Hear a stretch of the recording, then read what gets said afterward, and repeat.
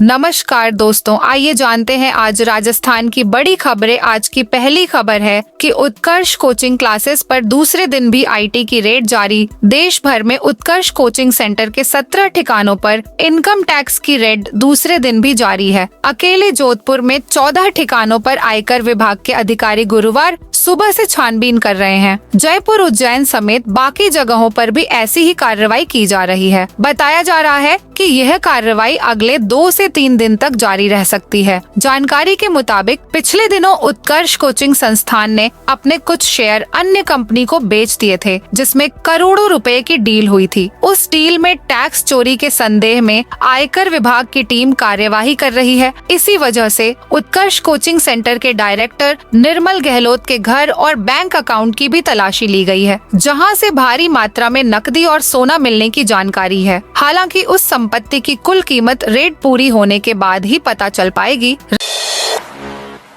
राजस्थान में 4 दिन बाद पकड़ा गया टाइगर सरिस्का टाइगर। रिजर्व से भागे एसटी 2402 बाघ को 4 दिन बाद वन विभाग ने अलवर के रैनी क्षेत्र से पकड़ लिया है। वो कल रात से चिल्कीबास रोड पर बने एक घर की रसोई में छिपा हुआ था। शुक्रवार सुबह वन विभाग के अधिकारियों ने गाड़ी में बैठकर उसे ट्रैंकुलाइज कर लिया है। अब उसे सरिस्का वापस ले जाने की तैयारी की जा रही है। टाइगर के पकड़े जाने के बाद इलाके में कर्फ्यू जैसे हालात खत्म हो गए हैं। लोग खुश हैं और गाड़ी में बेहोश पड़े टाइगर को देखने के लिए रेस्क्यू ऑपरेशन वाली जगह आ रहे हैं। टाइगर को सफलतापूर्वक ट्रैंकुलाइज करने के बाद घरों में बंद लोग बाहर निकले और बेहोशी की हालत में पड़े टाइगर को देखने लगे। इस दौरान वे काफी खुश नजर आए, क्योंकि बीते 3 दिनों में उसने 3 लोगों को घायल कर दिया था। वन विभाग की टीम जिस गाड़ी में थी उस पर भी हमला करके साइड मिरर तोड़ दिया था। हालांकि आज ऐसा कुछ नहीं हुआ, कोई घायल नहीं हुआ और टाइगर को पकड़ लिया गया। अब लोगों को टाइगर के आतंक से मुक्ति मिल गई है। राजस्थान में सोना 400, चांदी 500 रुपए हुई महंगी। अंतर्राष्ट्रीय बाजार में आई अस्थिरता की वजह से एक बार फिर सोने और चांदी की कीमत में तेजी का सिलसिला शुरू हो गया है। शुक्रवार को जयपुर में जहां स्टैंडर्ड सोने की कीमत 400 रुपए बढ़कर एक बार फिर 80,000 रुपए के नजदीक पहुंच गई है, वहीं चांदी प्रति किलो की कीमत 500 रुपए बढ़कर 90,000 रुपए को पार कर गई है। जयपुर सर्राफा कमेटी की ओर से जारी भाव के अनुसार जयपुर में 10 ग्राम 24 कैरेट सोने की कीमत 78,500 रुपए पर आ गई है। 22 कैरेट प्रति 10 ग्राम सोने की कीमत 74,300 रुपए पहुंच गई है। सोना 18 कैरेट 61,300 रुपए प्रति 10 ग्राम और 14 कैरेट 48,000 रुपए प्रति 10 ग्राम पर पहुंच गया है। वहीं चांदी रिफाइन की कीमत 90,000 रुपए प्रति 10 ग्राम पर पहुंच गया है, 100 रुपए प्रति किलो पर पहुंच गई है। कोहरे में 10 से ज्यादा गाड़ियां टकराईं। भीलवाड़ा में भीलवाड़ा अजमेर नेशनल हाईवे पर शुक्रवार सुबह कोठारी नदी की पुलिया पर घने कोहरे के चलते एक के बाद एक दर्जन भर गाड़ियां टकरा गईं। हादसे के बाद हाईवे पर लंबा जाम लग गया। सूचना मिलने पर हाईवे एम्बुलेंस और पुलिस मौके पर पहुंची, घायलों को हॉस्पिटल भिजवाया और जाम खुलवाने का प्रयास किया। मामला जिले के मांडल थाना क्षेत्र का है। सुबह करीब 9 बजे कोठारी नदी की पुलिया के दोनों ओर घने कोहरे के चलते विजिबिलिटी काफी कम थी। इसी दौरान 2 ट्रक टकरा गए। बाद पुलिया पर एक के बाद एक गाड़ियां टकराती चली गईं।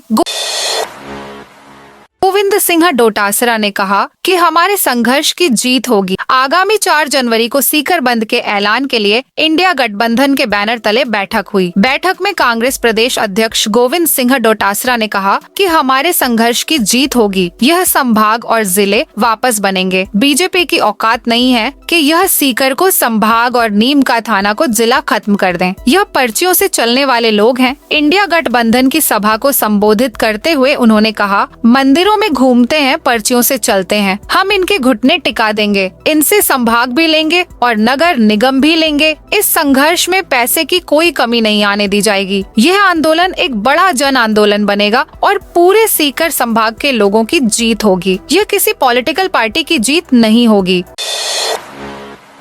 अब शहर गांवों की सीमाएं जून तक बदल सकेंगे। राजस्थान सहित देश भर में इस साल जून तक जनगणना नहीं होगी। जनगणना रजिस्ट्रार जनरल ने नई प्रशासनिक यूनिट बनाने या उनकी सीमाओं में बदलाव करने पर दी गई छूट को 30 जून तक बढ़ा दिया है। पहले 1 जनवरी से नई प्रशासनिक यूनिट बनाने पर जनगणना की रोक लग गई थी। अब छूट की अवधि को 6 महीने के लिए बढ़ा दिया है। जनगणना रजिस्ट्रार जनरल के आदेशों के बाद अब राज्य सरकार जिले तहसील की सीमाओं में भी बदलाव कर सकेगी। नई प्रशासनिक यूनिट की सीमाएं फ्रीज करने पर लगी रोक हटने बाद अब नई पंचायत समितियां और जिला परिषद बन सकेंगे। इन प्रशासनिक इकाइयों की सीमाओं में भी बदलाव हो सकेगा। सरकार ने हाल ही हुई कैबिनेट की बैठक में पंचायती राज संस्थाओं का पुनर्गठन करने का फैसला किया था। राजस्थान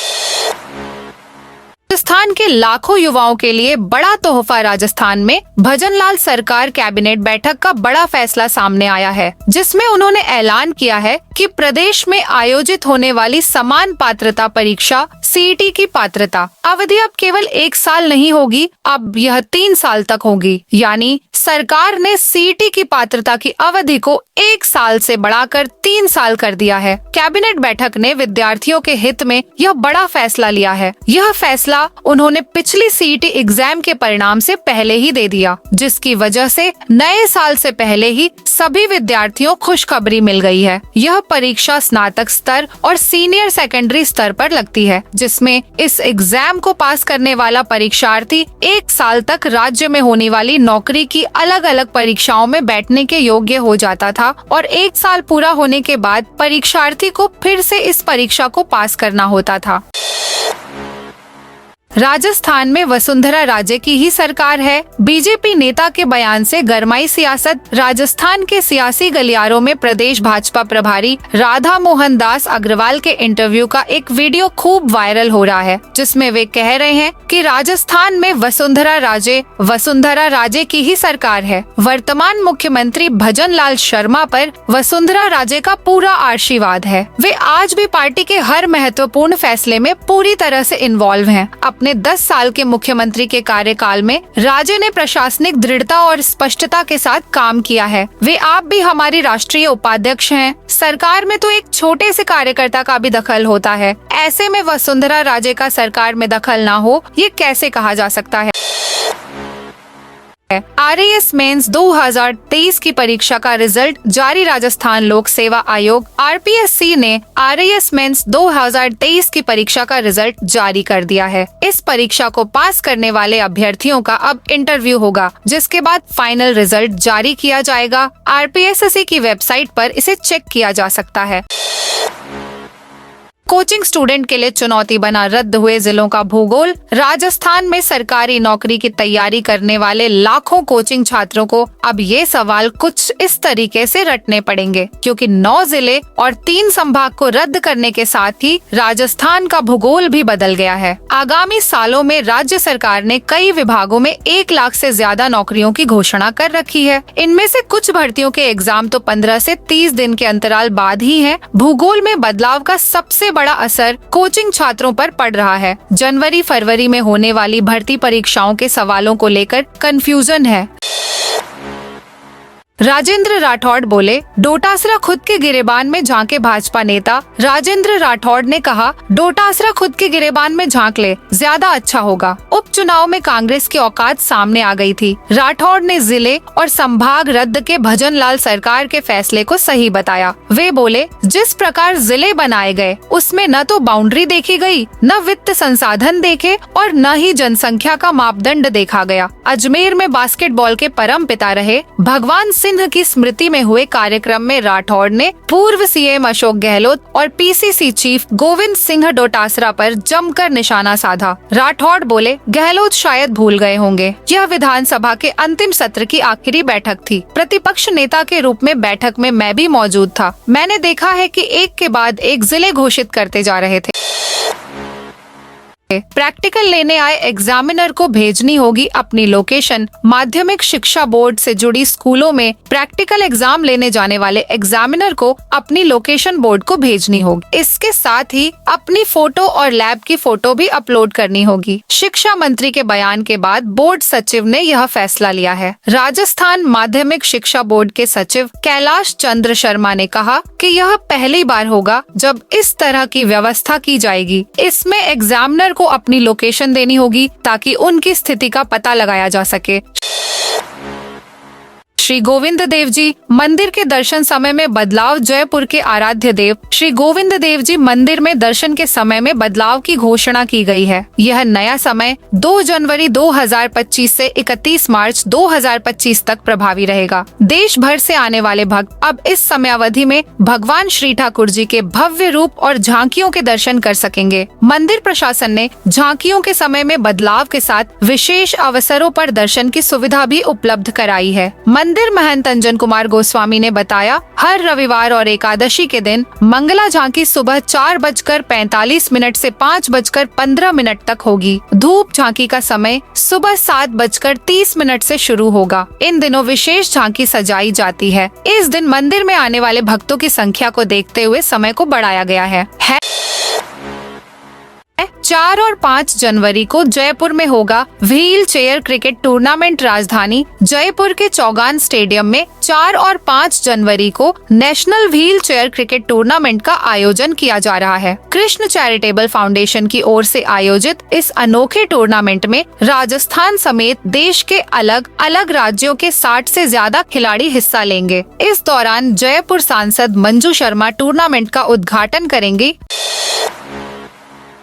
झुंझुनू में आंगनबाड़ियों में 14 जनवरी तक अवकाश घोषित। झुंझुनू जिले में पड़ रही कड़ाके ठंड को देखते हुए आंगनबाड़ी में जाने वाले 3 से 6 वर्ष के बच्चों का 14 जनवरी तक अवकाश घोषित किया गया है। छुट्टी के दौरान आंगनबाड़ी के मानदेय कर्मियों उपस्थित दर्ज करवानी होगी। अवकाश के दौरान बच्चों के लिए घर पर ही राशन पहुंचाया जाएगा। महिला एवं बाल विकास विभाग झुंझुनू के उपनिदेशक विजेंद्र राठौड़ ने बताया, प्रदेश में इन दिनों पड़ रही तेज ठंड व शीतलहर को देखते हुए महिला एवं बाल विकास विभाग के शासन सचिव की ओर आदेश जारी किए गए हैं, जिसकी पालना में कलेक्टर के निर्देश पर 14 जनवरी तक छुट्टी के आदेश जारी किए हैं। छुट्टी के दौरान आंगनबाड़ी कार्यकर्ता को उपस्थिति दर्ज करानी होगी।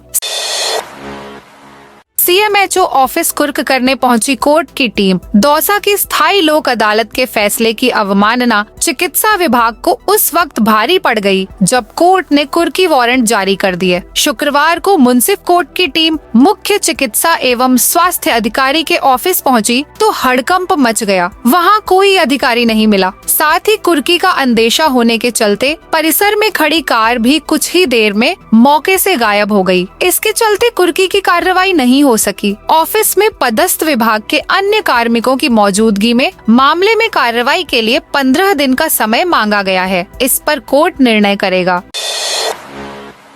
भीलवाड़ा में वंदे भारत ट्रेन से टकराई गाय। उदयपुर से जयपुर के लिए चली वंदे भारत ट्रेन की चपेट में एक गाय आ गई। हादसा भीलवाड़ा के गुलाबपुरा रेलवे स्टेशन के पास हुआ। हादसे के बाद ट्रेन ट्रैक पर 20 मिनट खड़ी रही। सूचना पर पहुंची टीम ने मृत गाय को हटाया और लाइन क्लियर होने के बाद ट्रेन को जयपुर के लिए रवाना किया। जानकारी के अनुसार गुलाबपुरा रेलवे स्टेशन से कुछ पहले LC 40 पुलिया के पास अचानक एक गाय वंदे भारत ट्रेन की चपेट में आ गई। हादसे में गाय की मौके पर ही मौत हो गई। हादसे के बाद वंदे भारत ट्रेन करीब 20 मिनट तक ट्रैक पर खड़ी रही।